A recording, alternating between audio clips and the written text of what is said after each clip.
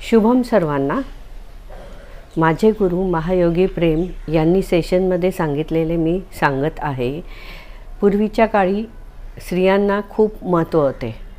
गार्गी मैत्रेय यासारख्या अनेक विभूती जन्माला आलेल्या आहेत। आत्ताच्या काळात राणी लक्ष्मीबाई, जिजामाता, अहिल्याबाई होळकर यासारख्या अनेक स्त्रिया महान स्त्रिया होऊन गेलेल्या आहेत। प्रत्येक यशस्वी पुरुषामागे एक स्त्री असते। स्त्री ही अनंत काळाची माता आहे, जगत जननी आहे। तर आपण जो गुरुमंत्र म्हणतो तो गुरुमंत्रसुद्धा आपण वेगळ्या पद्धतीने किंवा स्त्रियांना महत्त्व देऊन आमच्या गुरूंनी सांगितलेला आहे ते मी सांगत आहे। गुरु महामंत्र हा खालीलप्रमाणे आहे।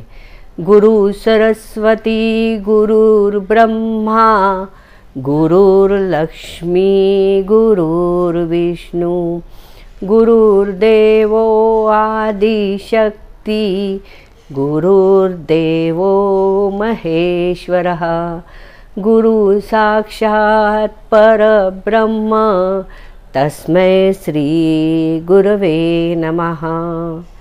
धन्यवाद धन्यवाद धन्यवाद।